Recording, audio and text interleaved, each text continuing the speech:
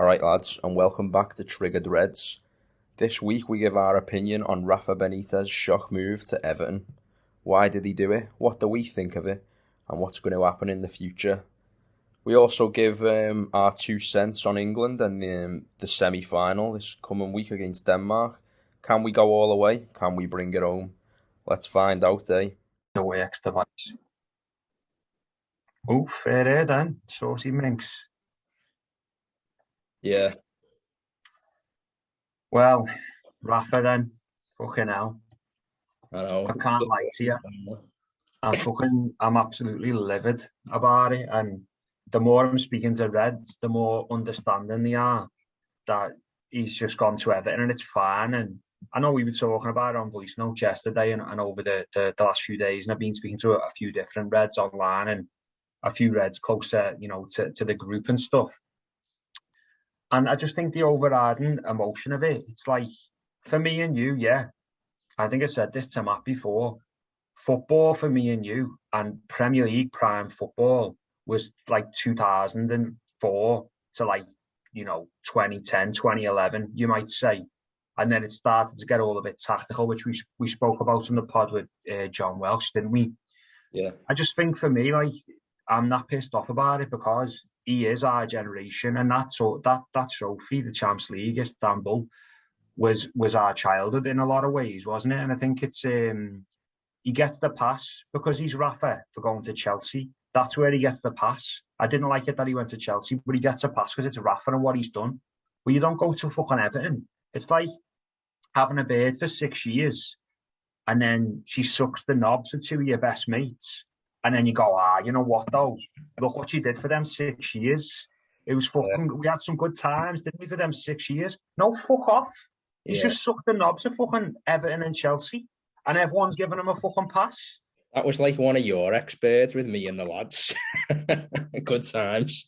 with Charlotte. Yeah. Yeah, I know exactly what you mean.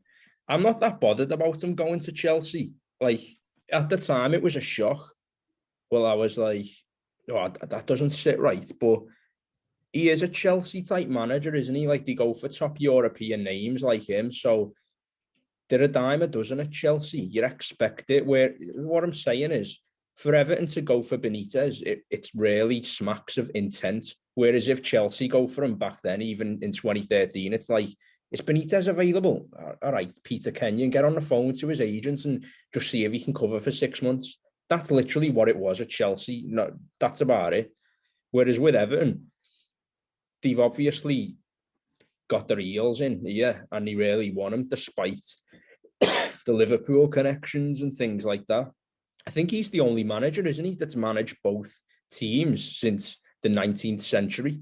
We were talking in work today, and that'll be just someone who probably that'll be some local fella who was like living in Croxteth or something, yeah, and he was like, yeah, I'll go manage the new side now then. But that's exactly what it was. He managed Liverpool in 1892, the year we were founded. Oh, well, yeah. See, I didn't even know the history of it there. Do you know what I mean? So, yeah. He's not gone, fuck yous, Everton. He was with Everton in 1880.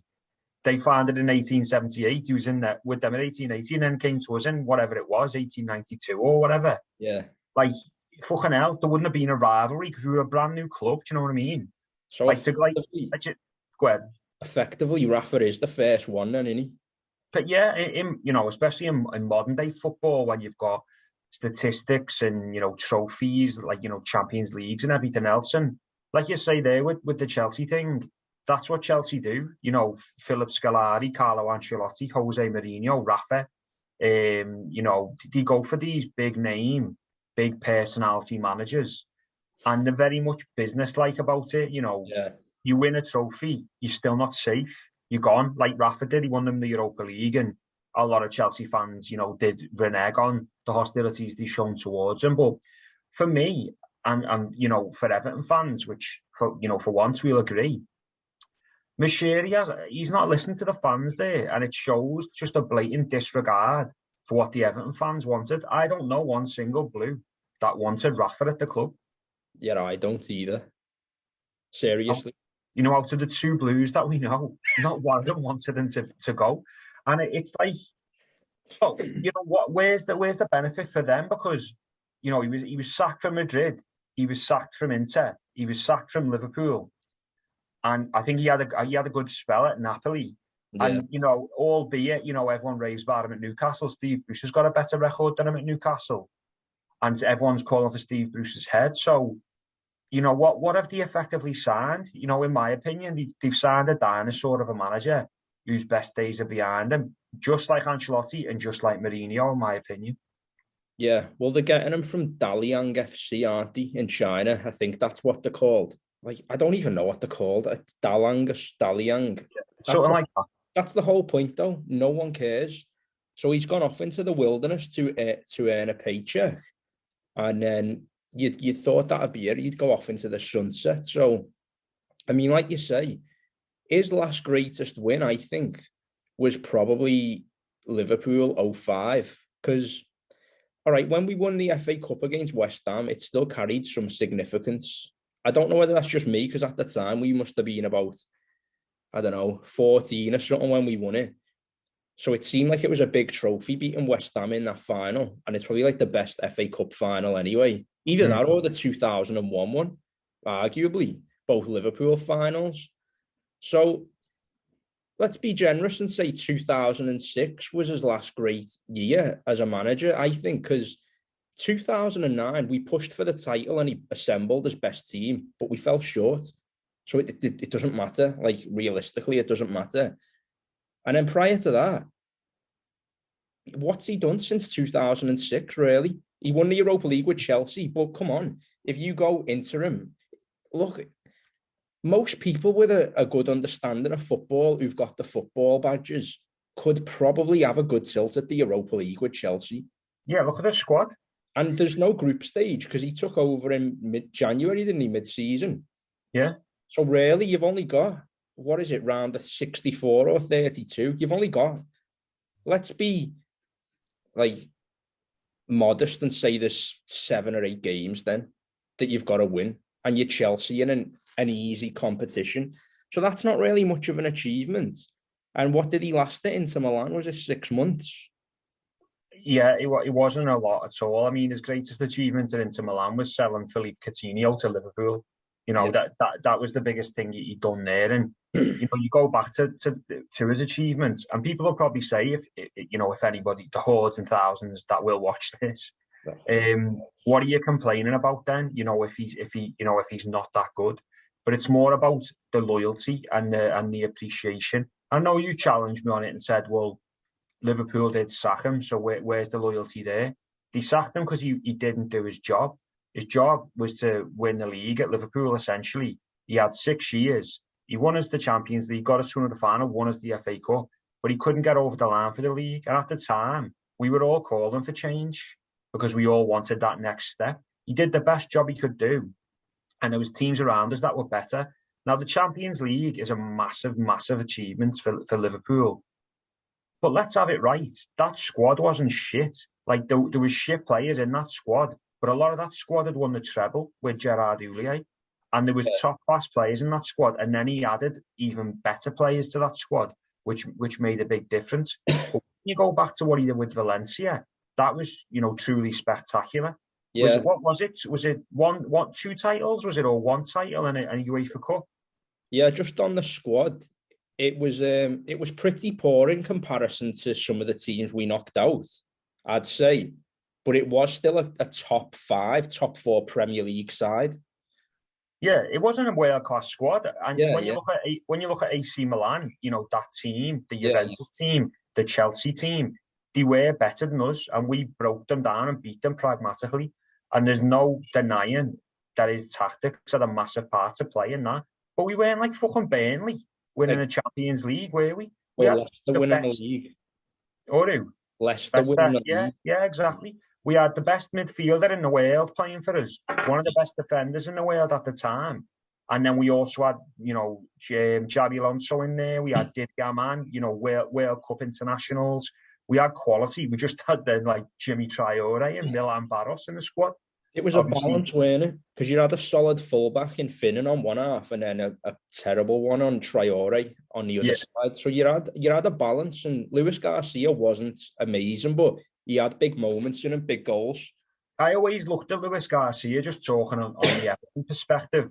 I always looked at him a little bit like their version of Tim Cahill, because like he just show up with massive goals, in at big Yeah, moments. And what I wonder what happened to John Arisa was like, we were only 14, 15, but he must have been injured. yeah. No, he played, didn't he? He got the assist for Gerrard's goal. The So why first, wasn't he playing left back? maybe left mid. I'd have to watch the game again. We'll probably get Yeah. chastised for not committing it to memory that we haven't remembered. But yeah. Anyway, going on to Valencia there, as you say, looking back, that was probably his greatest. Well, it is his greatest night, isn't it? As a manager, Liverpool winning that, but that Valencia side was his best all round, I think, because it was 2 titles he won. I think and the UEFA Cup as well. yeah, and I think he got to 2 Champions League finals in 2000 and 2002, or 2001 and 2000 or something like that.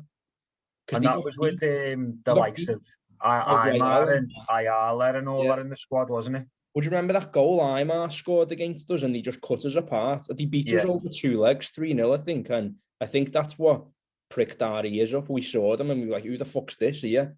Yeah, he was a real dynamo over midfielder, him. But I'd go along with you in saying that probably Champions League, you have to have a lot of luck to win a Champions League, or away goals, what can happen, yeah. the ghost goal at Chelsea, all that.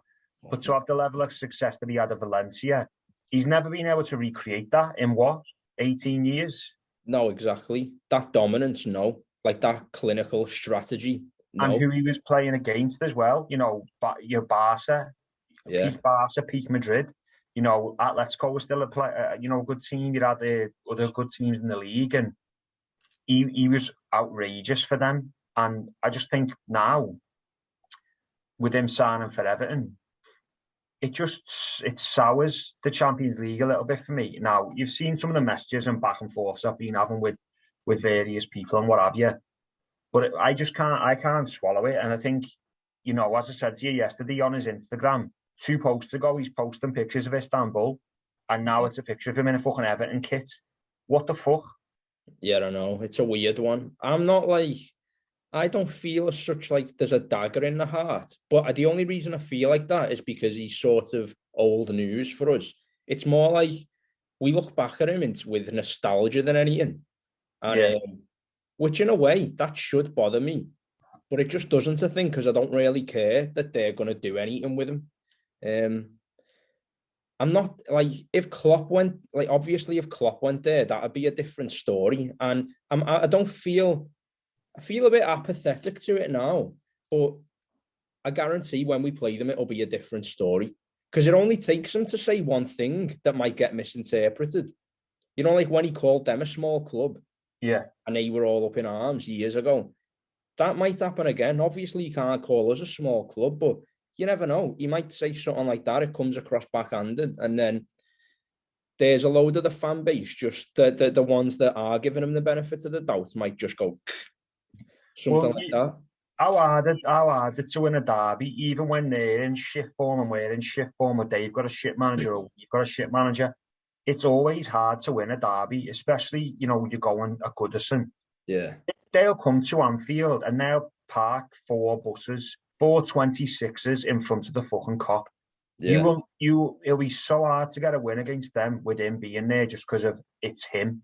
Like he tried to do numbers on us with Newcastle, and Klopp always bites, doesn't he? So after the game, he'll say something like, derogatory about the system. They'll tell Rafa, and Rafa will say something derogatory back. And I just think it's a lose-lose scenario because the Blues don't want him there, the Reds don't want him there. I don't think he'll do anything. He'll get them some good, shrewd players in, I think, and you'll probably get them into the Europa League. But, for Everton fans now, it's like going to a fucking shoe shop and not knowing what size shoe you are and just trying on every fucking shoe until one of them finally fits you. And you're like, oh, here it is, that's the one. Like, you've just had Rafa there with Ancelotti. You've just had the same fucking manager there, but this one's less charismatic. and he couldn't do fuck all with 400 million. So what's Rafa going to do?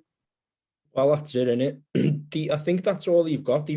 It's not so much they've had their eye on this manager or that manager. They've had their eye on a manager who can bring players in, James Rodriguez, for example, and they're trying to continue that with Benitez now.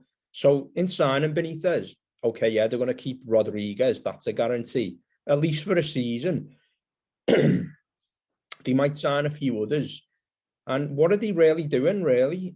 They're just relying on his pragmatism in his ability to scout players himself. Like when he signed Alonso or us, brilliant signing from Sociedad.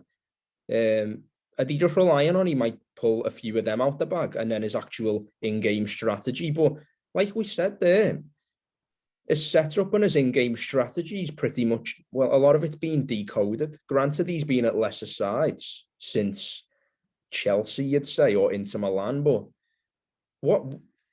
there's going to be a lot of losses there for him this season. Yeah, well, there was a lot of losses there for them last season. Well, and yeah. If Ancelotti was called Allardyce, as I've said, he would have got sacked. But it was Carlo Fantastico, and because of the name and the fact that Everton had signed him, they were more than happy to keep him at the club, despite having the worst home record that they've had in the Premier League in how many years. And I think with as you just said with Rafa there, his style, it's over. You don't play like that anymore. Brighton play better football than Everton. Teams like that play better football. Yeah. Everton needed a progressive manager who can play good football, can give the fans what they want. And for Rafa as well, why the fuck is Duncan Ferguson getting grandfathered in to every manager? It's like, we'll give you the job, but only if you take Duncan. Is everyone that shit scared of him at the club? They don't want to fucking sack him because he's working under Rafa. Say Rafa wants his own assistant. Ancelotti's own son had to fucking work alongside Big Dunk. It's either that, innit, or he's got dirt on someone at the club. But I don't know he's why. being Goose and Mashiri himself. I don't fucking know.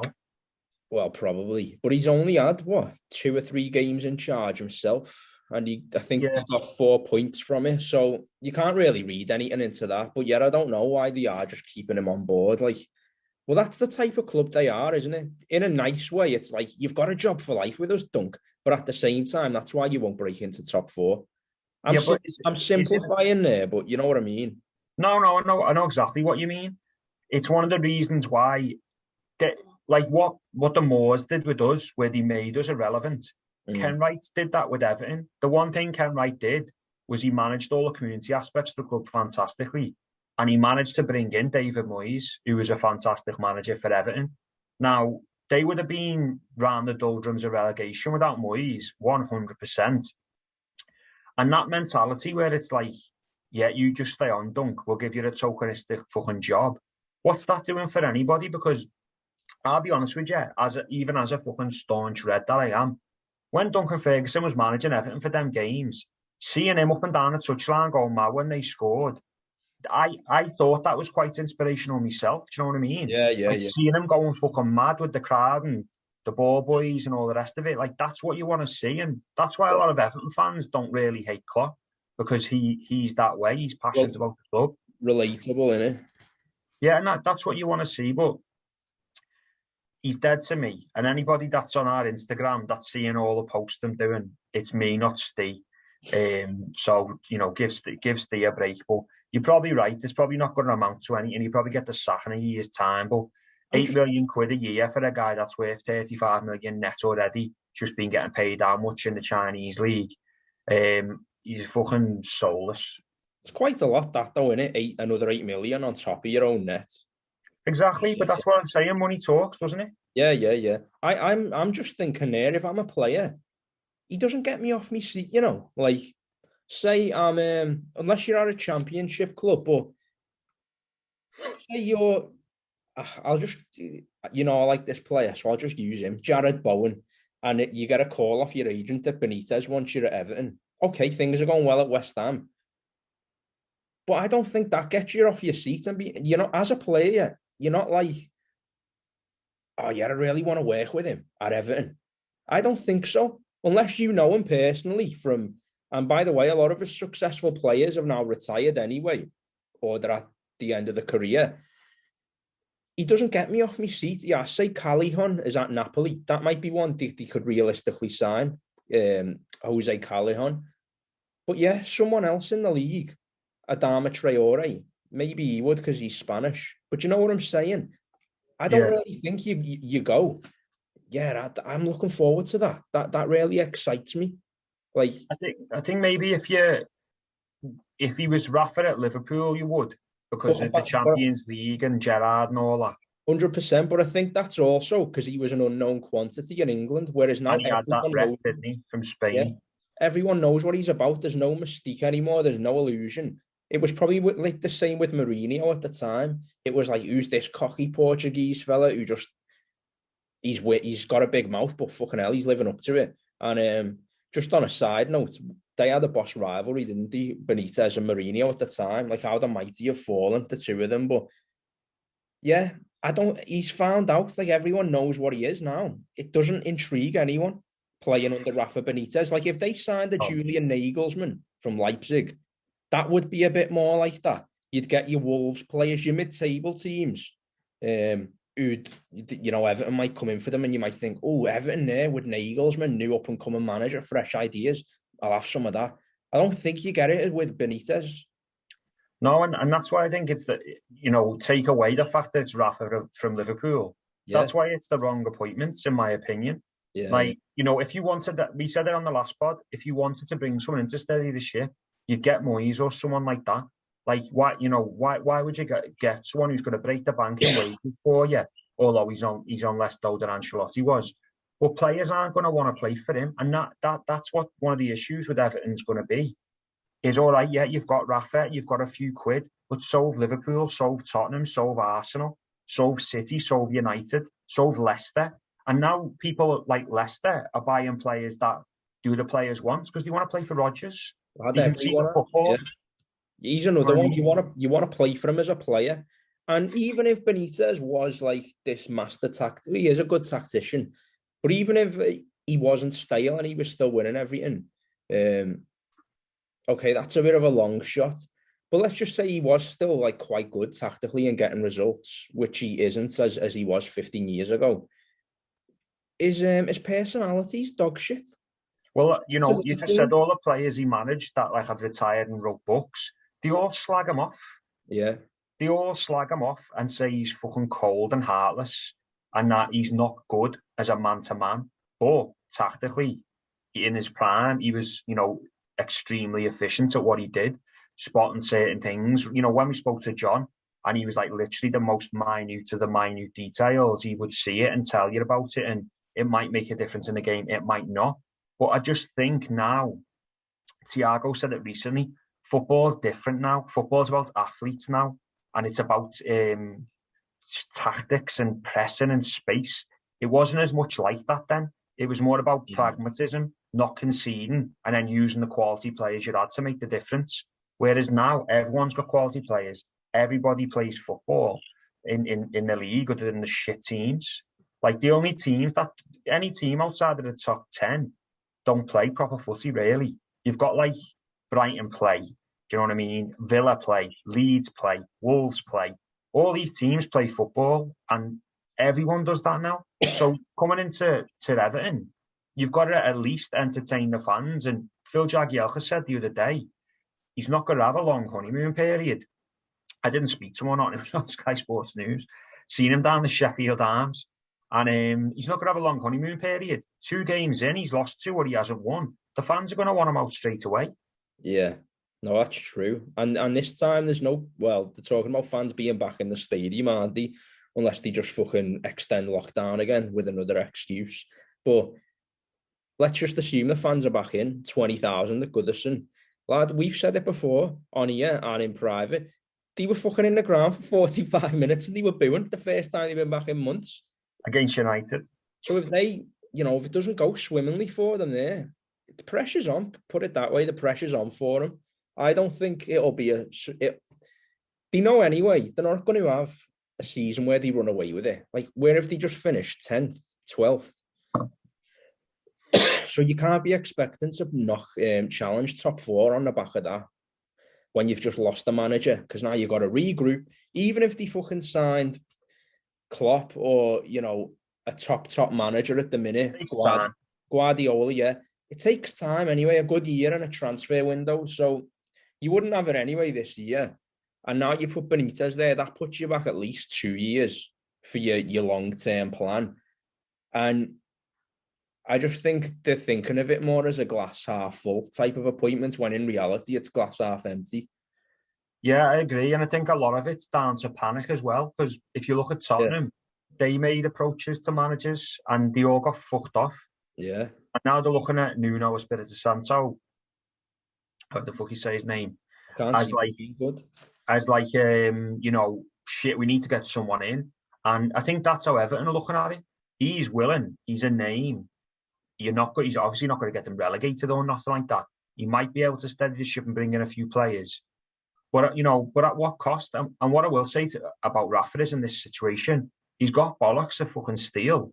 Because the hate that he'll get from them and the hate that he'll get from the Reds, don't get me wrong, all this shit where people outside his house saying, I know where you live, that's just, you know, pathetic. Like, you wasn't it?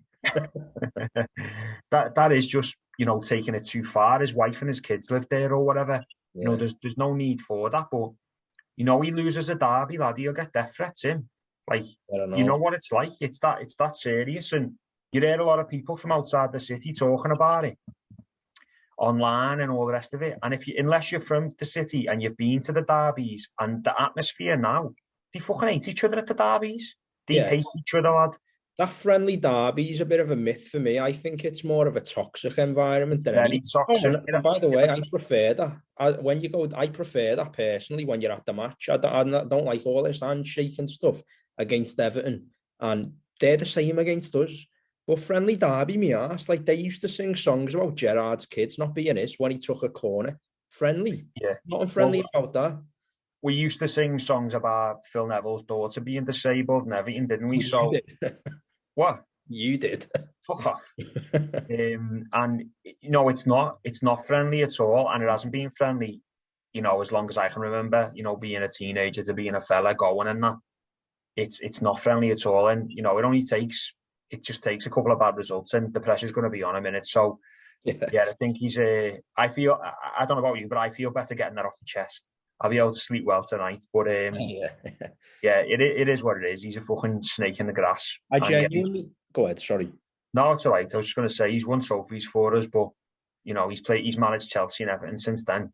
Yeah. I genuinely predict bottom half finish for them, you know. Like, seriously. Because Leeds are gonna fucking improve second season under, like, I hate the memes. Like, I don't think he's fucking, they all act like Bielsa's the holy grail, but in all seriousness, they got another go with the transfer money, the TV money. They can have another pop of transfers. You're in a climate, lad, where you just said before, everyone else has spent 500 million. It was like 3 years ago, West Ham spent 40 million on Felipe Anderson. West Ham. Yeah.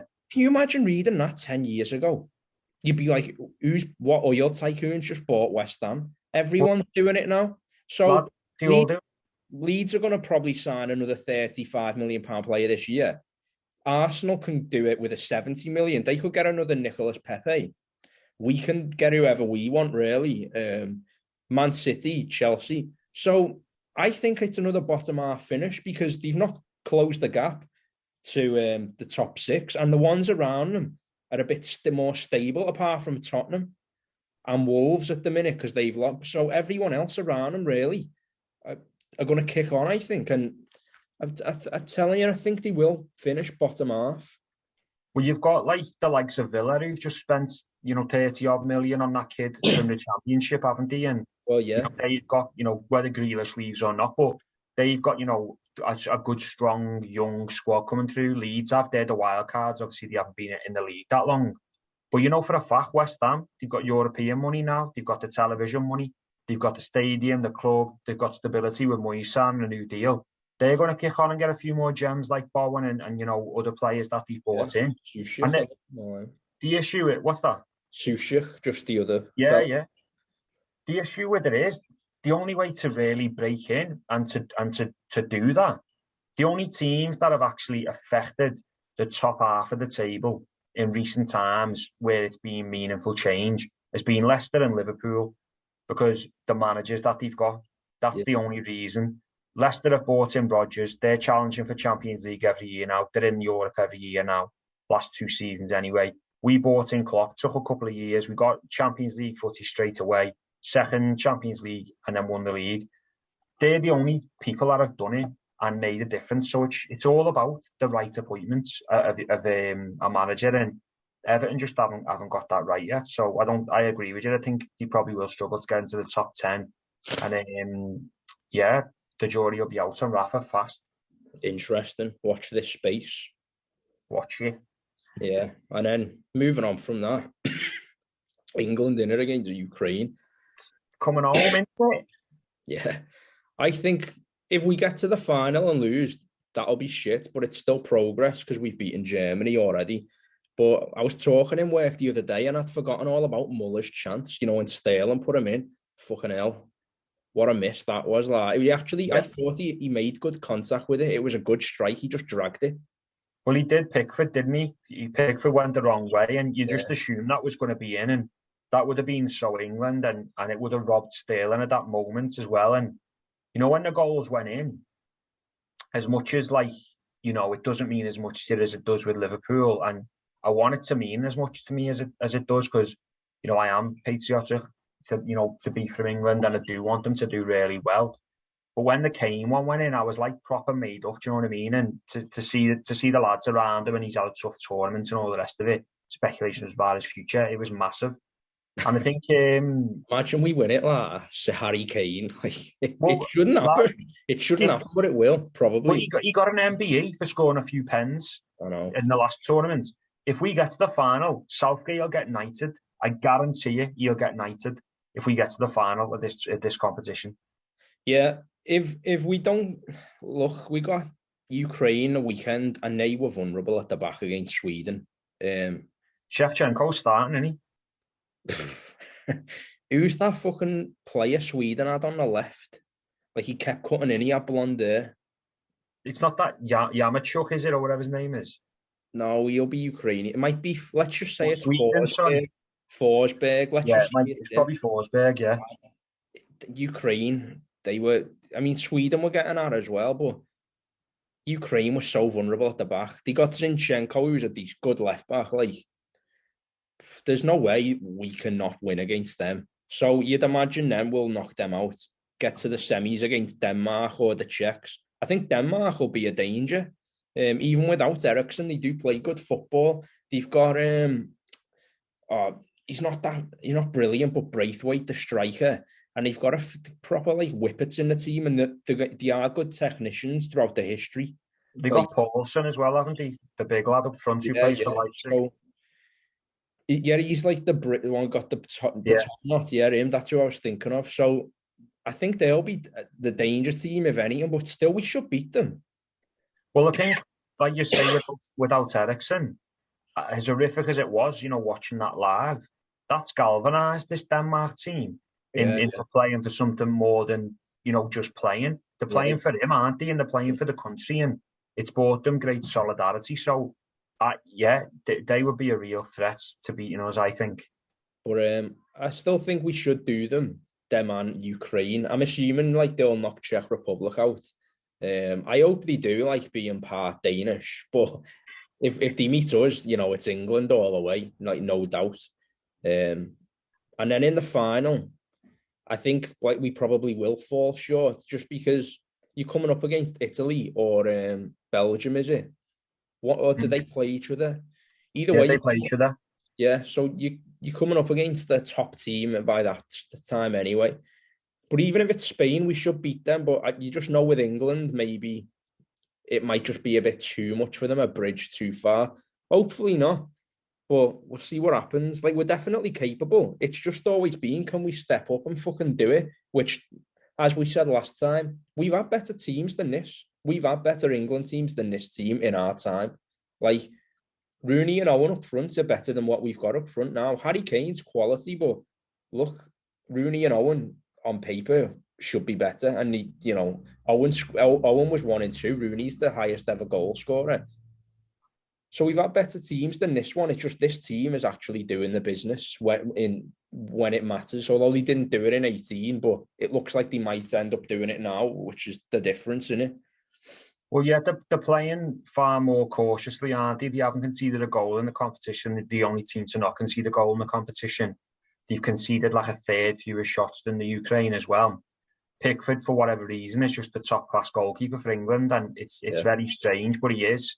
And, me and you have always slagged him off for Everton. We've always said he won't win nothing with him in goal. But for England, he's a different beast. But they're not playing great football. They don't look brilliant to watch. They're not creating a lot of chances, but they're doing enough to win games. And I think Southgate, and I can't remember his assistant's name, but I was looking at an article and they said that they analysed teams that had won the Euros and won the World Cup and looked at what they were doing well.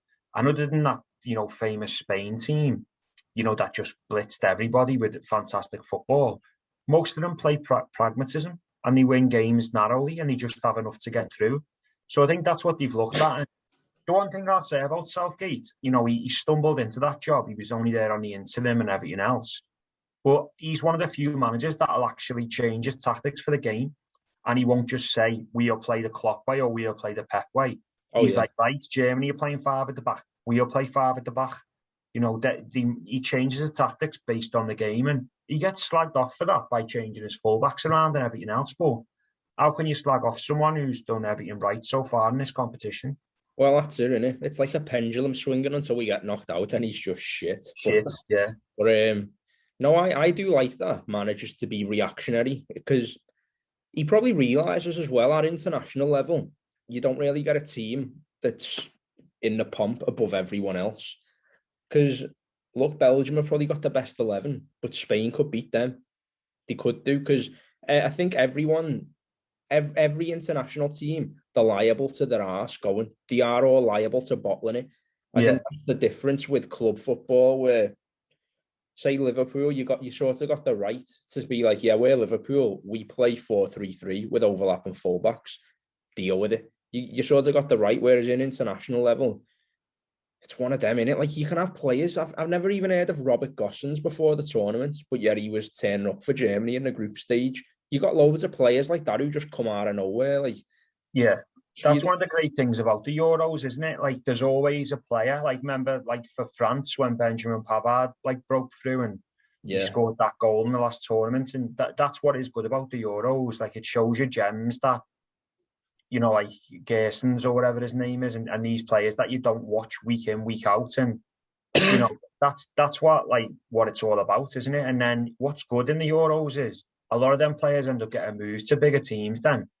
So a lot of them are playing not just for the club, they're playing for the future in a lot of ways. And teams like the Swiss, you can't sleep on them because they've just got that grit and they've got, that quality as well. Like, they've got like stardust in the team, haven't they? And it's a very interesting competition this year. I think it's very even. A lot of the big players haven't shown up either.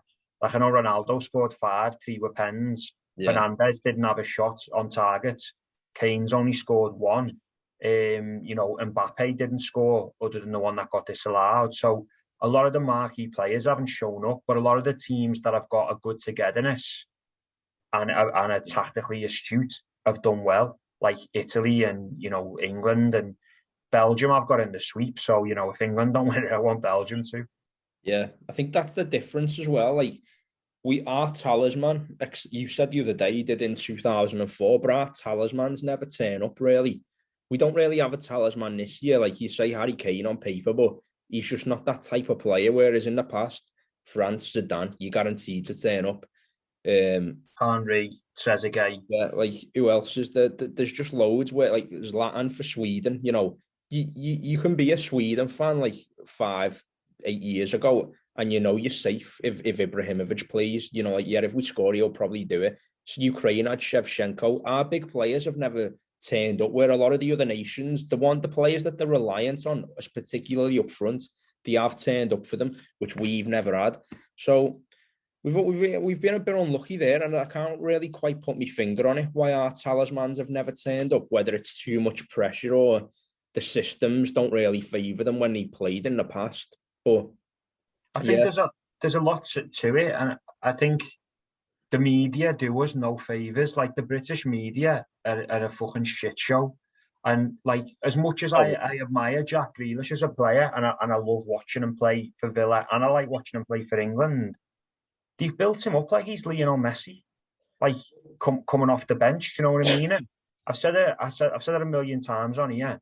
They need to just let the lads play and downplay the expectations, but they can't. They just have to build it up and build it up and build it up. And especially with our generation, the golden generation, they had to win something because they'd already preordained it when the squad all got together in 2006.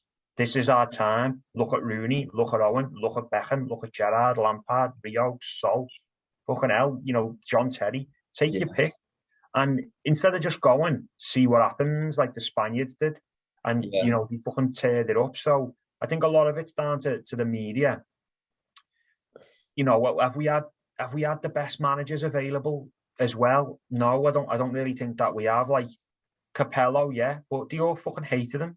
They hated Capello. No tomato sauce. Fucking hell, mate, it's like 30 calories. Fuck off. I know. Like, that's just a power trip. And then, Sven's teams were good. We grew up watching them. But there was better managers than that. Yeah, I know. He was supposed to be that good at Lazio, weren't he, Sven? But I can't really remember it. But yeah, it'll be interesting anyway. I do think we'll get to the final, and then it's a coin toss. I think it'll be more, not so much that we'll get outplayed. I think it'll be more so that we don't bottle it. Yeah, I think this team, I don't think they will bottle it because they haven't really got, they've got nothing to bottle. Like with Netherlands the other day, Holland, they smashed it in the group and their asses fell out of them in the knockout stage. Yeah. They just didn't show up at all. Whereas in the group, we haven't really hit our level yet. Do you know what I mean? No, that's true. That's true. It's surprising as well he hasn't really played Sancho because Jurgen Klinsmann was on BBC and he was like, in Germany, we were all discussing how does Sancho not play in the England team. Now, I don't watch Dortmund in and out, but you see his numbers and I've seen flashes of him like live in the games. Like I watched Dortmund Barca a few years ago and he scored a quality goal in that. He's got it, and he has got it, but it's just curious why he doesn't play him and things like that. But it's a strange one, innit? I reckon I probably would just go for this team. I'd play the same exact 11 again against Ukraine because who's their danger man? Yarmolenko, who's quality, by the way. They don't have Conor Plankier anymore. So they got Yarmolenko who can cut in and get a fantastic shot off. Is he left-footed? So he cuts in from the right. So yeah. And he's 6'3". So yeah, you got Luke Shaw on him if Shaw's at left back and then the left centre back. But it's easy to read, isn't it? It's probably hard to stop. It's like Shaqiri, let him get a shot off at your peril, but you know what he's going to do. They got Zinchenko at left back, who's solid. Not really any danger, man, is there, apart from Yarmolenko? And I don't know who the forward is. Like, look, it's Ukraine. Don't even know. I can't commit the team to memory. I remembered them when he had, like, is it Timoshuk, Shevchenko, them lot? Yeah. They were good then, weren't they? But I don't think this side's better than that one. Like, no, we should have more than enough, and I agree. I play the same team, and Sancho should be getting minutes. I mean, they've just agreed the deal in principle with United, haven't they, for 74 million today, which in modern times for a player like him with his age and his reputation's a bit of a steal, really. So he should be getting more minutes. He is a quality player. But then Saka has played well, hasn't he? I was going to say, in hindsight, you can't complain, because that's what used to do me head in about old England. It would be like, Rooney hasn't turned up for 3 games now. Tried the foe, but he'd stick with Rooney or something like that. Whereas now it's like they are all playing well, and that Saka's surprised me because Arsenal are terrible. Like they've been terrible for about 3 years. You take their good players with a pinch of salt now. Like they do look good on the ball, but they've been like that for like 20 years. Oh, there's a good youngster at Arsenal. They don't really go on to do anything like Fabregas did, Van Persie did. But well, a good English youngster, yeah. I mean, again, Wilshere built him up just to knock him down. But I mean, he's been a shining light for Arsenal. He had some massive performances in the Europa League, home and away this year. and he's a brave kid. He's not scared to take someone on, and he does it at pace. So, I was complaining to you, saying the only reason he's starting over Sancho is because Sancho plays in Germany and Saka plays in England and plays for Arsenal. Yeah. But, he's been fully vindicated in his decisions, and a lot of it will be down to attitude and an application in training as well. But the one thing I disagree with there is the way. Well, I'd agree in the sense that Rooney played 3 games shit and it'd still play. We do that with Kane, don't we? Kane doesn't get dropped. No, that is true. I suppose so. Just trying to think of something else. We don't really have any backup strikers now, though, do we? No, but there's games there where you're thinking Dominic Calvert-Lewin would be offering more than Harry Kane in the group stages. You're playing some resolute defences with the Czechs and the Croats, very physical centre-backs. And you've got a player there with the best leap in the world, in the best striking jump I've seen ever. Yeah.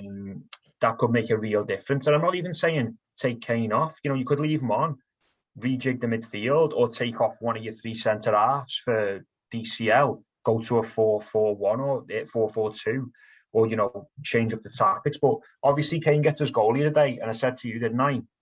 I'm not asked what he does in the group stage as long as he shows up in the knockout stages, and he did. So that's all you need. And hopefully, I seen Gallagher, put an interview out saying, hopefully this will ignite his tournament, because we do rely on him heavily. And Sterling's come up trumps. You've got to give him his due. Again, Southgate's got Sterling for England's different than Sterling for City, and Pickford for England's different than Pickford for City and for Everton. So there's kind of a role reversal from when Gerrard would play or Lampard would play. Yeah, definitely. That's it. I am disappointed in Kane so far, just because I thought he'd be looking to integrate Saka and Sterling as the 2 attackers to get the goals, which they have been doing. But I thought he would have come from different angles, where Kane would drop back and he'd put an eye of the needle ball through to Sterling, then Sterling would slot it. Whereas Sterling's goals have come from the Man City type style, where he's just run in the box and it's one touch finish, which is fine, perfect. But I'm disappointed in Kane that he hasn't played that Tottenham style of play. But that's a question that'll probably fucking go on forever with England players, and why they don't replicate certain parts of the game for the country that they do for the club. And there's loads of variables. They got at Tottenham, he knows where Son's going to go, doesn't he, and all that type of stuff. And they probably play more. I don't know. Tottenham probably try and play a bit more fluid than us, than England, but they don't really. But lots of variables anyway. Yeah, but it's mad because that England team's made for him. It's set up for Harry Kane. Yeah. He played 3 centre backs with 2 wing backs, so you're getting crosses in the box, and you've got 2 hold midfielders to allow Saka and Raz to do what they need to do. And he seems disinterested to me, but he's got his goal when it counted. Not that it did matter in the end, but 2-0 Germany is a lot better than 1-0 Germany, isn't it? And 100%. I just say we broke that hoodoo now, haven't we, over them? And it's about time, really. So I'm optimistic that they can at least get to the final. It's still Germany, innit? I'm not having people going, but the shit. If we beat United, it's still fucking United, whether they're 10th, 11th, it's still a big rivalry. So a win against Germany is nothing to be sniffed at, whatever it is. A derby's a derby, isn't it, at the end of the day? And most of the teams in Europe, other than France, aren't what they were. No. France and Belgium are the only teams with real ability throughout. The rest of them have got age and, legends and young upstarts coming through, and that's just the time we find ourselves in. At the next Euros, the next World Cup, you'll be looking at, Saka as a linchpin, and Sterling will be one of the, the lads that are getting on in years. So it's a crazy time, and I do think they'll get the final. Thought Portugal would have done better, but it doesn't work like that, does it? But it doesn't matter anyway. I'm glad they're out, to be honest, because they would have been such a bogey team for us. I had them to win it, I think you said the same, didn't you? I just thought with the players they've got, but it's you go back to Bruno Fernandes, don't you? Not being a big game player, and every time he gets asked the question, "Are you a big game player?" he proves that he's not. That's it. Well, yeah, that's it. Then ain't not much else to say there. I think we covered everything. I've got a touch of the COVIDs. Yeah, we have. Yeah.